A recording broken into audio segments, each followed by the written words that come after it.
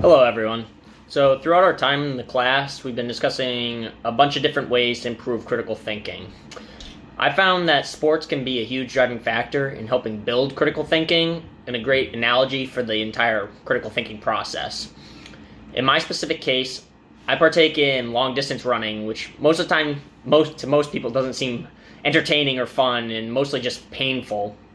But running is a great pastime, and I've found that it's been extremely helpful, and it's helped me learn about a multitude of different things, and I feel like it connects really well to critical thinking. You're able to do it by yourself or with others. You can run on your own or with a group of different people.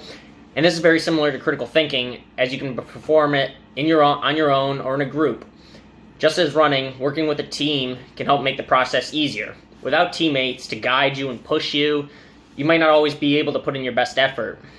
As runners, we may come together with completely different strengths, such as one runner might be faster in a mile, while the other runner is more of a long-distance runner and better in the 5K. And so each of these strengths come together in these experiences so that we're able to push each other in different ways and learn from each other. Critical thinking within a group benefits the exact same and are able to use your different members' strengths and weaknesses and experiences to help build on the process, reach better ideas. At the same time, sometimes you just need to go out for a run on your own and you feel like you can work better by yourself at times, and the same goes for critical thinking. Sometimes you need to make a decision on your own and it needs to be a quick one and you can't really discuss it and you just need to be just like that. Another way critical thinking and running compare is that critical thinking can sometimes be a lengthy process when a complex problem arises. Knowing each step to take in the process and working through them, such as the 8 elements of decision making, is really important. When racing, it doesn't matter who starts out the fastest, who gets to the first mile the quickest, but it matters who finishes the race first. So this requires a lot of restraint. You're not going to go all out right away. You can't just gun it right away. And instead, you need to understand and break out the race into different segments. So first, you need to take the first mile. You need to take it out fast because you got to get into good position. And then after that, the middle of the race is more settling in, staying composed, focused, staying calm, and relaxed. And then the last mile is when you really kick it in and you start trying to pass people and finish strong, finish well, and you give it your best effort. The same goes with the critical thinking process. You got to know each segment. You need to familiarize yourself with what is needed to do at each phase of the process, gathering the data, completing an analysis, creating more decisions, sifting through those to find which one is the best.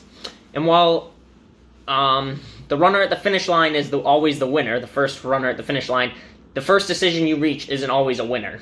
Being able to look at a potential decision and deciphering which is best is really important. Another way that running and critical thinking really compare well is by the ability of small wins. Small wins are a great tool in critical thinking and help to reach a higher goal. So when you're striving to reach that higher goal, small wins help you break that up and segment that into small little pieces. Small wins are a necessity in running, as they help you keep on track and to keep you on track to reach your personal goal.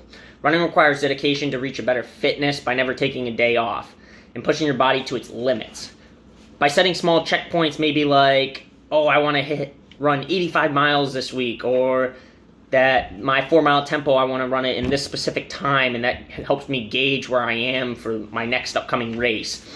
It helps boost your motivation. You can see that your training's working. You can see that you're progressing and getting faster, and that you just feel so much stronger and better about yourself.